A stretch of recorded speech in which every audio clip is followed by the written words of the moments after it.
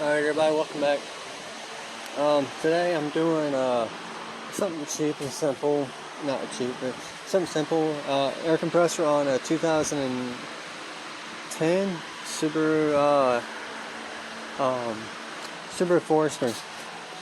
I've already got most of all the bolts undone. I'll show you.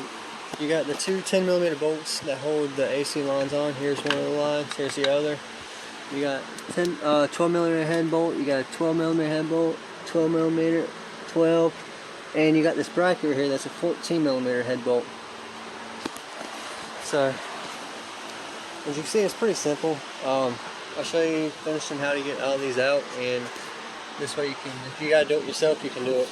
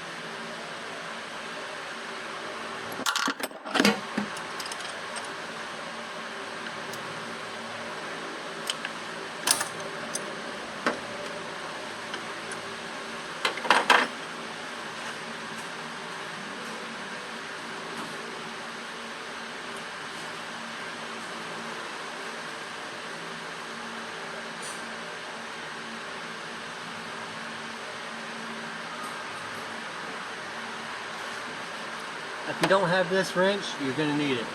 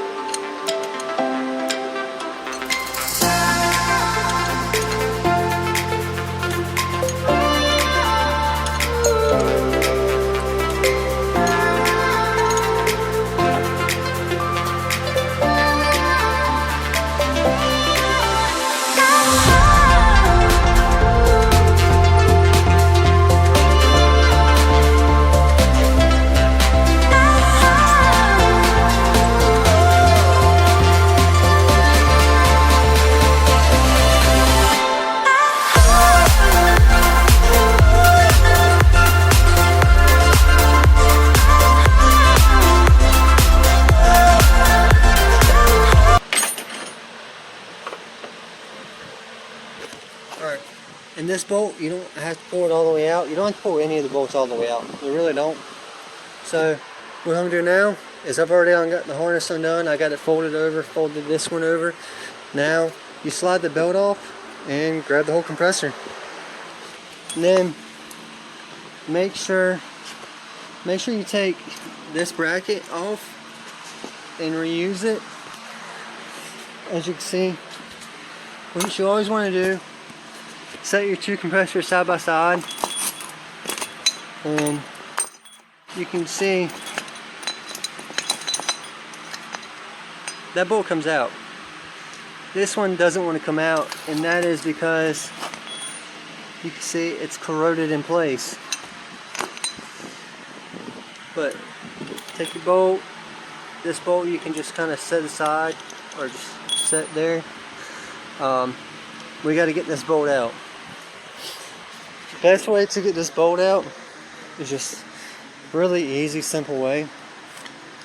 Take you any smaller screwdriver, preferably one you don't care to hit with a hammer. Even if it's a good screwdriver, you can still hit it with a hammer. It ain't gonna fucking kill it.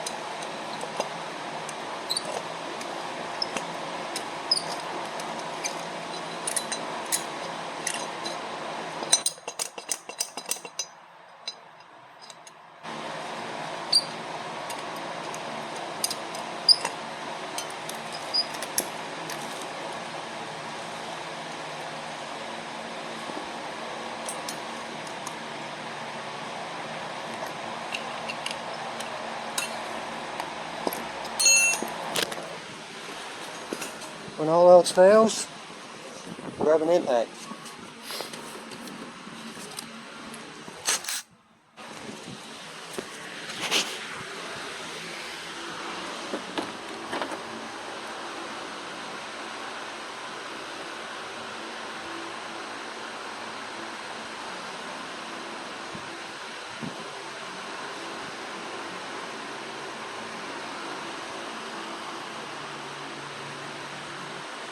Oh well, it won't zoom in, but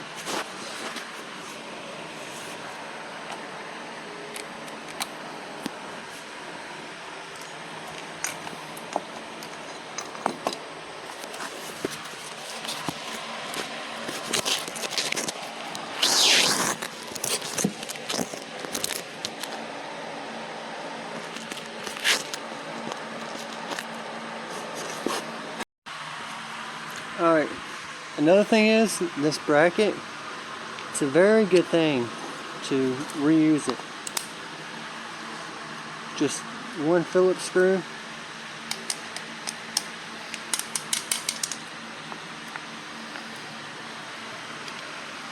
Same thing.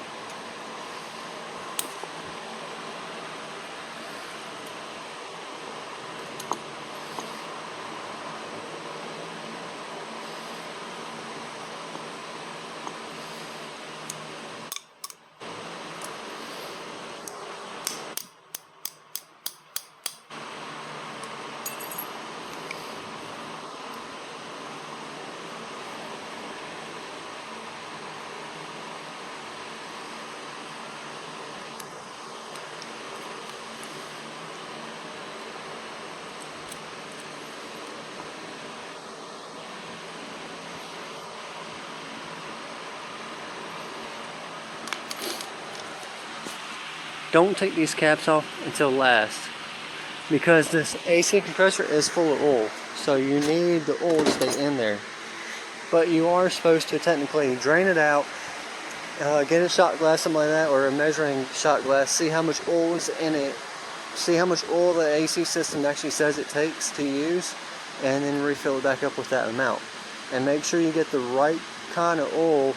Certain oils are only made for certain vehicles because they have different types of, like dryers, orifice tubes. They have different types of things of how the oil gets separated and how the freon gets separated, the turn back from the gas to liquid, how they Alright everyone. Alright, so I'm going to show you this. This is the easiest way to put these back in. I thought the video was recording, so I'm going to take it back off a little bit so I can show you.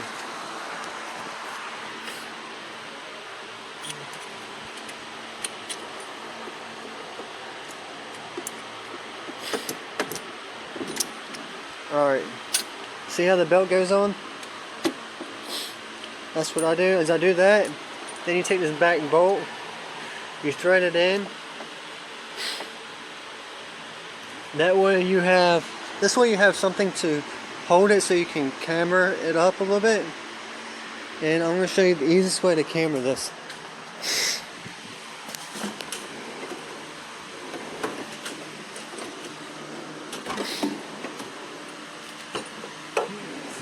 Alright.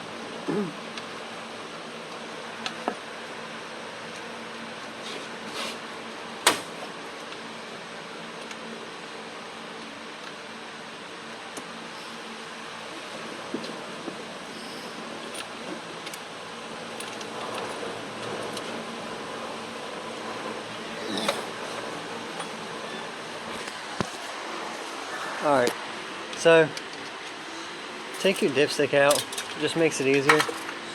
Oh, don't just throw it down like I did, but screw it, who cares? But alright.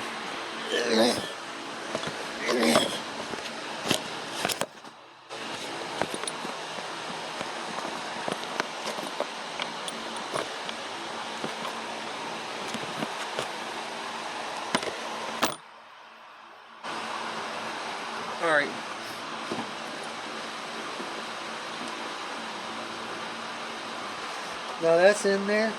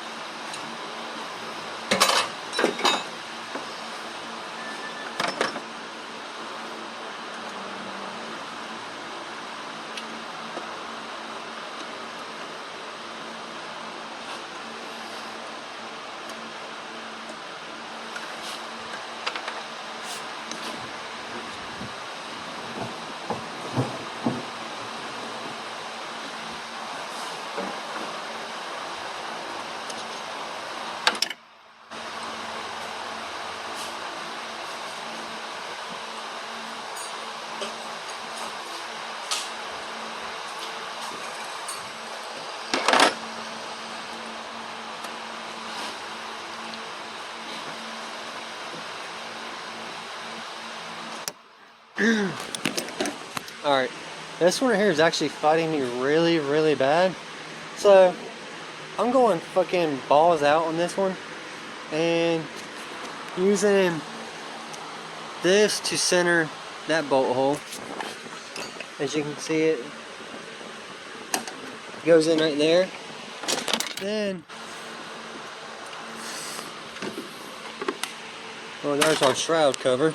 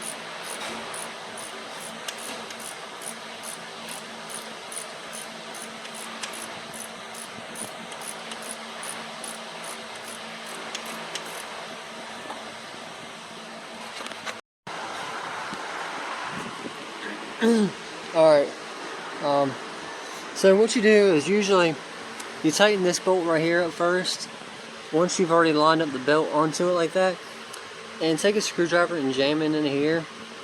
Don't actually jam it, but set it up in there so that way you can get it lined, this bolt hole lined up. Tighten this up, make sure you got this bracket in here, and go and get this bolt right here. Go ahead and get it. You can see I got a little gap underneath.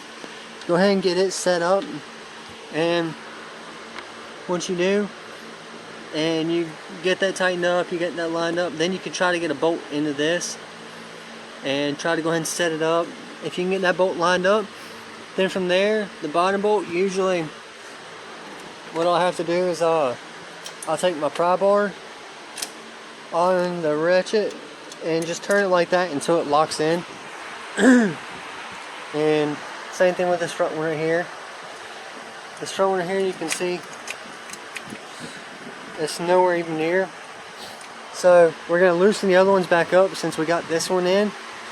Since we got this one right down here in. And it'll make it a lot easier for the rest of it, for that last bolt to go in.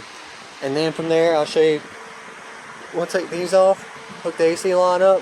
We'll use AC machine, vacuum it down, and recharge it. So, appreciate it. Hold on, y'all.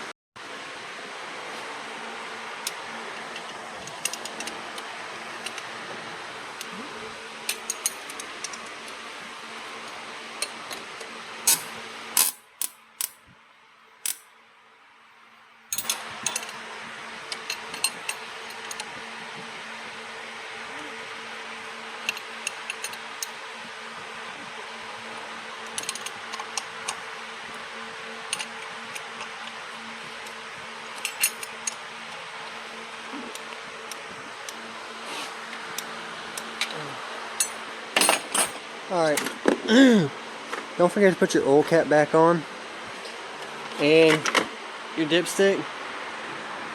If you need to, well, you should go ahead and check your oil. It doesn't matter if you just changed it or not. Subarus are known to drink a little bit of oil here and there. They're kind of like think about the RX-7, RX-8, the rotary engines. Those are oil injected. So if you own one of those, just know that when I'm saying oil injected, it's kind of like a two-stroke engine, like a dirt bike.